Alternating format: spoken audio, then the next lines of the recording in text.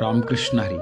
कार्तिक एकादशीची आमची दिंडी मालकापूर ते पंढरपूर वारी खूप छान आम्ही आनंदामध्ये साजरी केली. दिंडी आमची चालत होती घाटाघाटानं. आनंद घेत घेत पंढरपूरच्या दिशेनं दिंडी आमची चालत होती.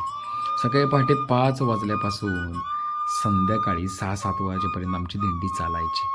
अभंगाचा आस्वाद घेत तुकोबा ज्ञानोबा अभंगाचा आस्वाद घेत सकाळपासून संध्याकाळपर्यंत दिंडी चालायची. मध्येच म्हटलं की थोडा पखवाजाचा आनंद घ्यावा आणि आमची रिक्षा मलकापूरपासून पंढरपूरपर्यंत आम्हाला साथ देणारी आणि आमचा ट्रक जो आमचे बोजे व्हायचा पूर्ण दिंडीमध्ये, पिण्याचा पाण्याचा टँकर ज्यानं मलकापूरपासून पंढरपूरपर्यंत साथ दिली.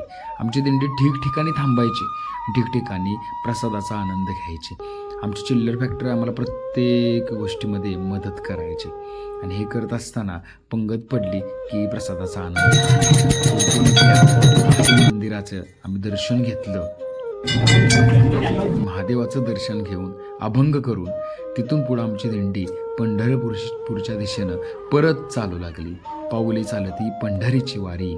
मध्येच एक अभंग घेऊन छोट्या विठ्ठलाचं रूप घेतलं.